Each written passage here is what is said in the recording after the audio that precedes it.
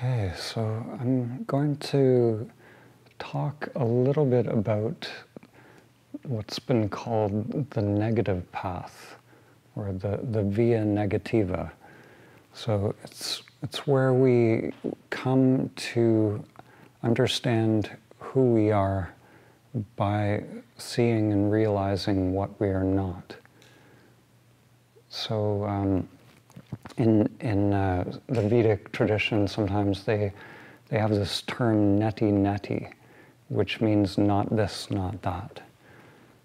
And so we come to see what we are by recognizing the false self in all of its different incarnations. So so what is that? What is that false self? What is the ego? And there are many ways to bring it into focus, bring it into clarity. But one way I like to talk about it is beginning when we're a little kid. If you think about a little kid, that luminosity coming from the eyes, and that aliveness and that engagement with life. It's just a very natural sort of direct connection to life when we're a little kid. The ego hasn't been cultivated yet. And then what happens is experiences which are sort of overwhelming, or there's a charge to the experiences of the little kid. So these experiences create a resistance within that self-structure, within the body mind, and that resistance gets wired in over time. So these charges happen, and that sometimes the charge is a big charge. In the case of a trauma, can be some very deep wiring. Sometimes they're just repetitive patterns that just get wired in. And so these resistances in the body, there's this wiring for these patterns of craving and aversion. So over time, the child learns, I want this, I don't want that. And there can be behaviors that get created as the child gets positive feedback from the world. So they learn if they behave a certain way, then they get approval. They behave a different way, then they get scolded. So they learn to move in a certain way. They start to change their natural behavior, and then they start to behave according to other people's expectations, or the world's expectations. They create this false persona in order to feel that, to pacify that craving, or to get rid of something that feels uncomfortable. And so we craft this false self, this false persona. And so that false self is nothing but resistance to what is. It's literally, if you think about wiring, or in science they have these things called Lichtenberg figures, where they're patterns that electricity makes when it hits something. So the electricity hits something, and it creates almost like a little tree of branching patterns. And so you see when electricity or energy hits something, it creates these pathways, and it looks like neural pathways. It looks just like what you see in the mind. And the whole universe is made up of that. When we look at the dark matter in the universe with one of those supercomputers, the Max Planck Institute did this big thing called the Millennium Run with a supercomputer, and you can see that the universe is made up of these same patterns. The dark matter forms these, what look like neural pathways through the universe. So everything is this one mind, and the experience of being separate, to being a separate being, is this resistance, some form of resistance to what is. So one of the, the biggest forms of resistance in life is our preferences that we have. The preferences really tie us to the ego structure. So I have a little teaching that comes from the Zen tradition. It's about 15 minutes long, and it's called The Great Way, or sometimes it's called the Faith Mind poem. And it really cuts to the heart of what ties us to the ego. It's a really beautiful non-dual teaching, and really makes it clear how these preferences of choosing one thing over another, judging as right and wrong, all of these things, we become attached to those things, and that forms an ego, and then we think we're that. It's I am this person who has this belief or this affiliation or this moral code or whatever it is. Anything can become an attachment. Yeah. So I'm going to read this, and I might pause along the way at certain points. There's certain things in here that are particularly relevant for meditation practice as well. So I might point those things out. So this is The Great Way, and this was written by one of the founders of Chan Buddhism, which is the Chinese version of Zen, basically.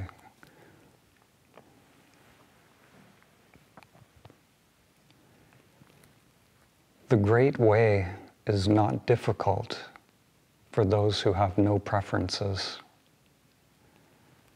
When love and hate are both absent, everything becomes clear and undisguised. Make the smallest distinction, however, and heaven and earth are set infinitely apart. If you wish to see the truth, then hold no opinions for or against anything.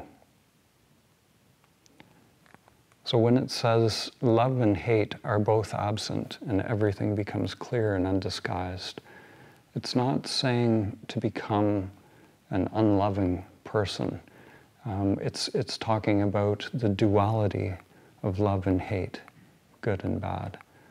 So some spiritual teachers talk about divine love, as our natural state. So it's not talking about that. It's talking about the polarity, the judgment of I love this, I hate that kind of duality.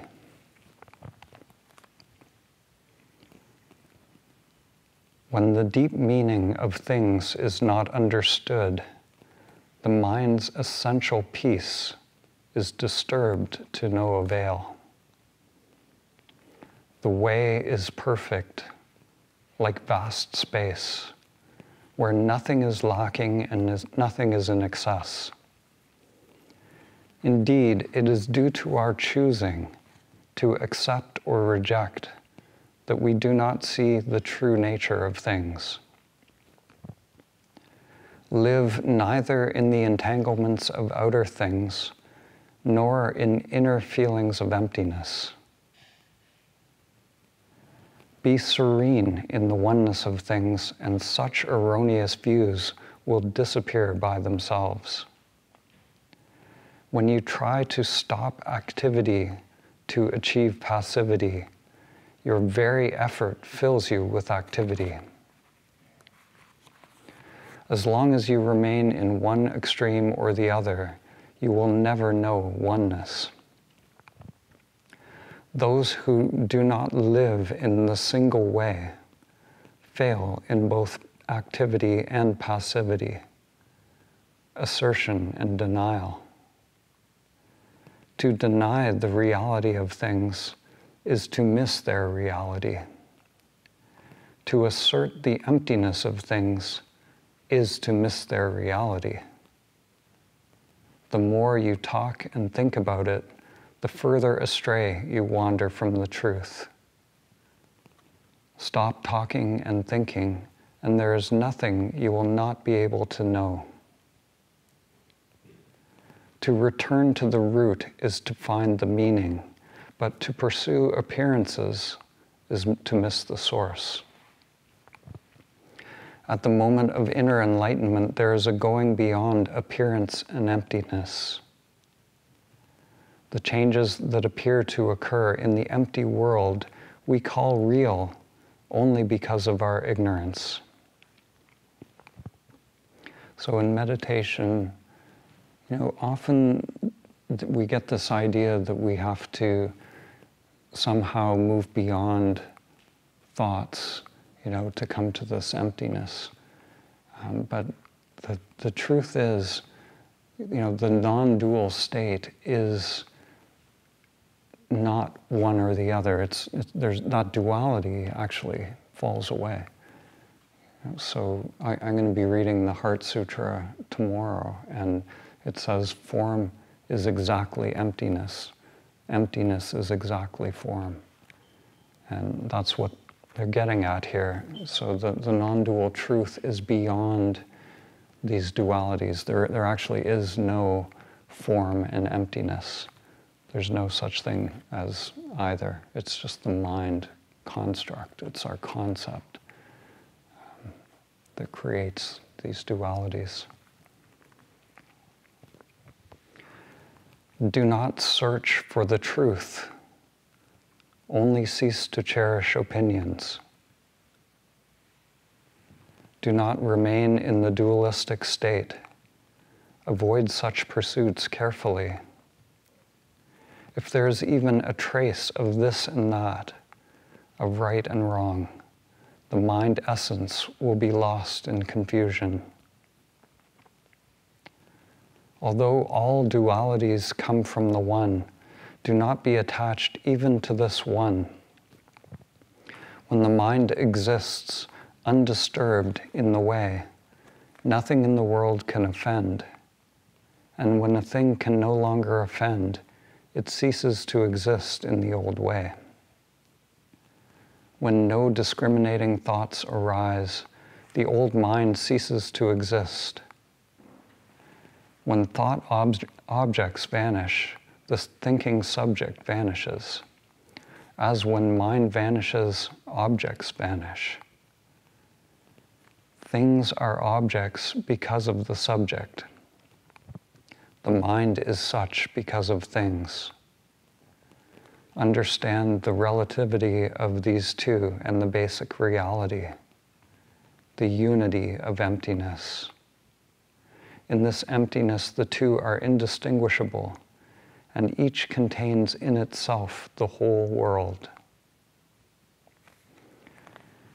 If you do not discriminate between coarse and fine, you will not be tempted to prejudice and opinion.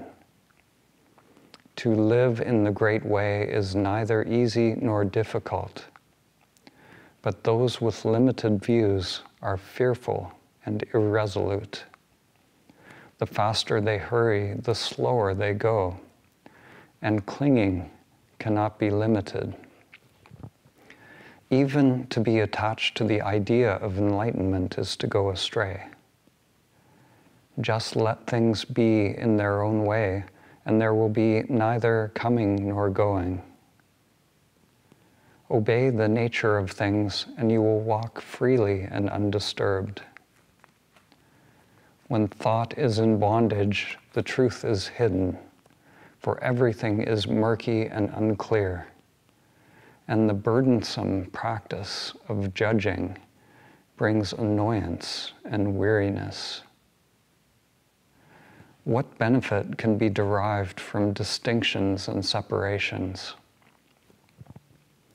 If you wish to move in the one way, do not dislike even the world of senses and ideas. Indeed, to accept them fully is identical with true enlightenment. The wise person strives toward no goals, but the foolish person fetters themselves. There is one Dharma, not many. Distinctions arise from the clinging needs of the ignorant.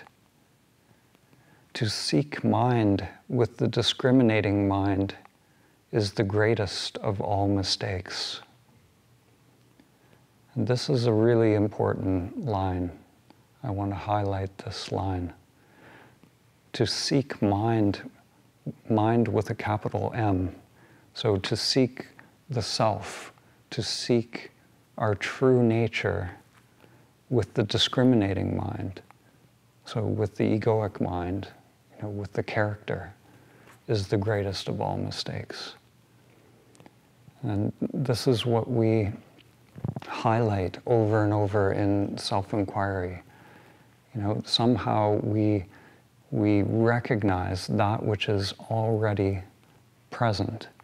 So anything that we're seeking for, anything that conditioned mind is seeking for, it's looking around for something focused on the realm of thoughts and sensations. But awareness is always already present. So we give up that seeking to recognize, we relax into presence and recognize what is already present.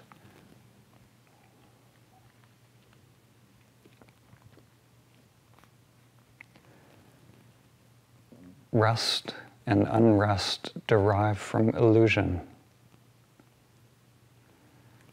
With enlightenment, there is no liking and disliking. All dualities come from ignorant inference. They are like dreams or flowers in the air. Foolish to try and grasp them. Gain and loss, right and wrong, such thoughts must finally be abolished at once. If the eye never sleeps, all dreams will naturally cease. If the mind makes no distinctions, the 10,000 things are as they are, of single essence. To understand the mystery of this one essence is to be released from all entanglements. When all things are seen equally, the timeless self-essence is reached. No comparisons or analogies are possible in this causeless, relationless state. Consider movement stationary and the stationary in motion, and both movement and rest disappear. When such dualities cease to exist, oneness itself cannot exist. To this ultimate finality, no law or description applies. For the unified mind, in accord with the way, all self-centered striving ceases. Doubts and irresolutions vanish, and life in true faith is possible. And when they say life in true faith, sometimes this is called the beginner's mind poem. So there's some interesting translation things going on here. So when they say the faith mind or beginner's mind, what they're talking about is a mind that is in direct connection with life. So it's like a beginner's mind. It's not filtering through the past conditioning, but we experience directly.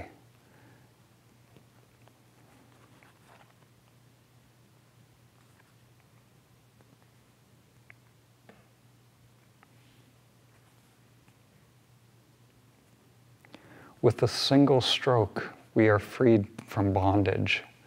Nothing clings to us, and we hold to nothing. all is empty, clear, self-illuminating, with no exertion of the mind's power. Here, thought, feeling, knowledge, and imagination are of no value. In this world of suchness, there is neither self nor other than self. To come directly into harmony with this reality, just simply say when doubt arises, "not to." In this not to, nothing is separate, nothing is excluded. No matter when or where, enlightenment means entering this truth. And this truth is beyond extension or diminution in time or space. In it, a single thought is 10,000 years. Emptiness here, emptiness there. But the infinite universe stands always before your eyes. Infinitely large and infinitely small, no difference. For definitions have vanished and no boundaries are seen. So too with being and non-being.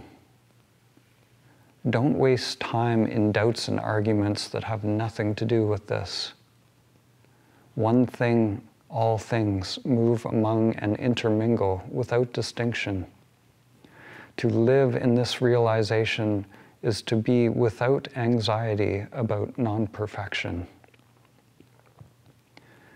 To live in this faith or beginner's mind is the road to non-duality, because the non-dual is one with the trusting mind.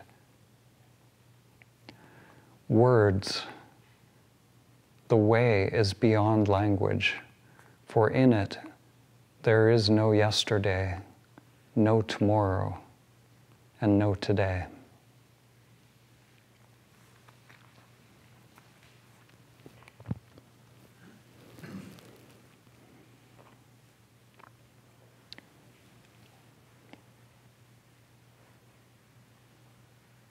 So,